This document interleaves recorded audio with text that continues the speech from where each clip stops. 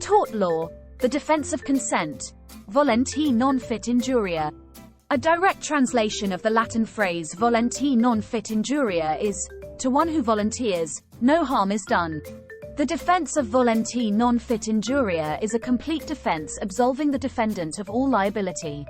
There is a considerable overlap with contributory negligence, and since the introduction of the law reform, Contributory Negligence Act 1945, the courts have been less willing to make a finding of volenti, preferring to apportion loss between the parties rather than taking an all-or-nothing approach.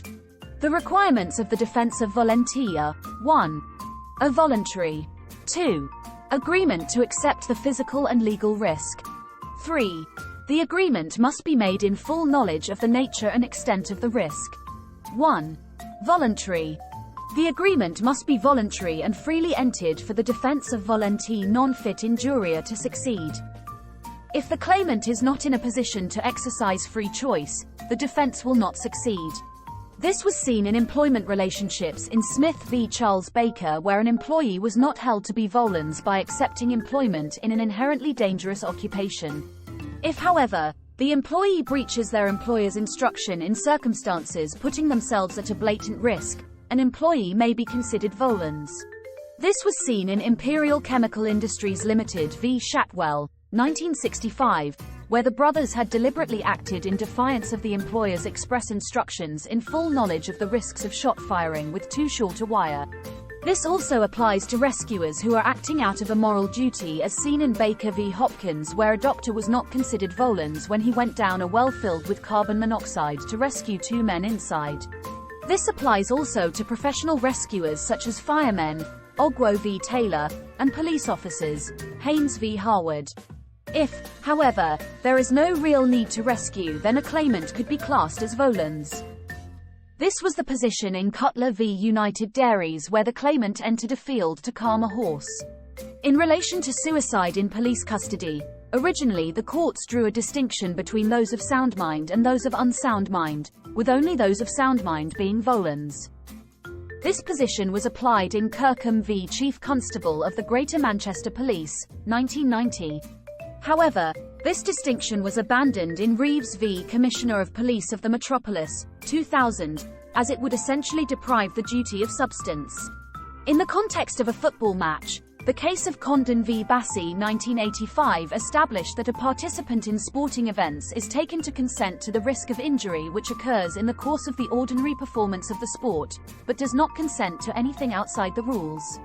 This principle has also been held to apply outside of sports, to a high-spirited game. In Blake v. Galloway, 2004, the claimant was held to be volens where he participated in a play fight with other boys throwing bark at each other. A photographer at a horse show that got too close to get a better shot was also considered volens in Wooldridge v. Sumner, 1963. 2. Agreement. The second requirement for the defense of volenti non fit injuria is agreement. The agreement may be express or implied.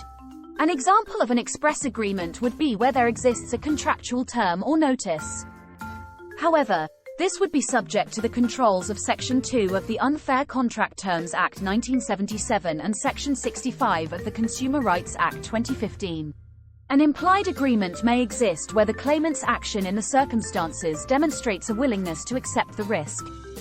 For example, taking a shortcut across a train track. The claimant must accept not only the physical risks but also the legal risks. In Nettleship v. Weston, the defendant was a learner driver. The claimant was a friend who agreed to sit with her to act as her instructor and was injured when the defendant reversed into a lamppost. The defendant had checked that she was covered by insurance before agreeing to get in the car. This showed he was not willing to accept the legal risk. Lord Denning stated, "Knowledge of the risk of injury is not enough. Nothing will suffice short of an agreement to waive any claim for negligence. The plaintiff must agree expressly or impliedly to waive any claim for any injury that may befall him due to the lack of reasonable care by the defendant, or more accurately due to the failure by the defendant to measure up to the duty of care which the law requires of him. For the defense to succeed, the claimant must accept the risk of the event that actually caused the harm.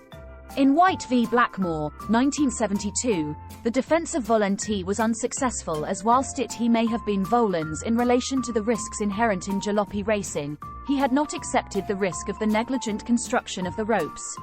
3. Knowledge.